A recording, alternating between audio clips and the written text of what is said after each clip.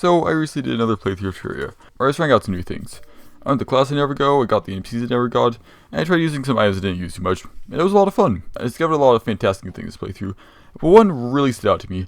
I haven't seen so often, but never used, and I'm always glossed over and treated as a joke, and I just skipped over and you probably didn't even notice. Rope coils are the actual most underrated Terraria item. So, since I did an underrated item video about the last mobility item in the game, I guess the only thing I do on the first. Everyone who's played Terraria enough knows the value of rope. It is the quintessential early game mobility option, allowing you to ascend and descend cliffs without having to build platform staircases, but I have never, ever seen anybody craft a rope coil, much less use it. So when I decided to try it, I didn't really know what to expect, but boy was I happy I decided to experiment. Rope coils are a pre-boss item crafted with 10 ropes by hand. You can throw the coil and it will place a line of rope where it lands. It is that simple. You get what's advertised with rope coils. How it's advertised is fantastic.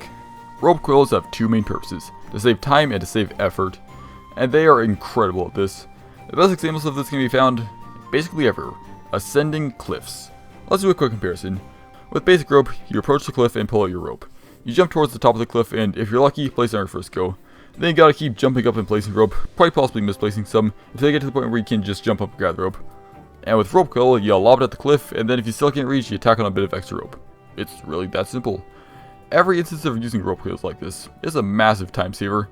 It cuts out the process of initially placing the rope and getting it down to the level where it's accessible, which is probably the biggest weakness of rope. Trying to place rope when you're surrounded by enemies is basically impossible. Carefully placing a line while you're getting tossed around like a ragdoll is just going to result in you going up to heaven and off the top of the cliff. Luckily, that's where rope coils save the day yet again. It's just a simple toss that takes no time at all, and saves the trouble of weaving in and out of enemies placed rope, although getting up is a different issue.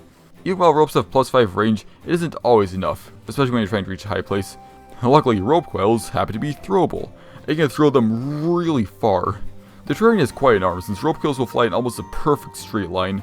And while they are affected by gravity, rope coils are thrown with enough velocity that it only really starts to take effect once they go off screen.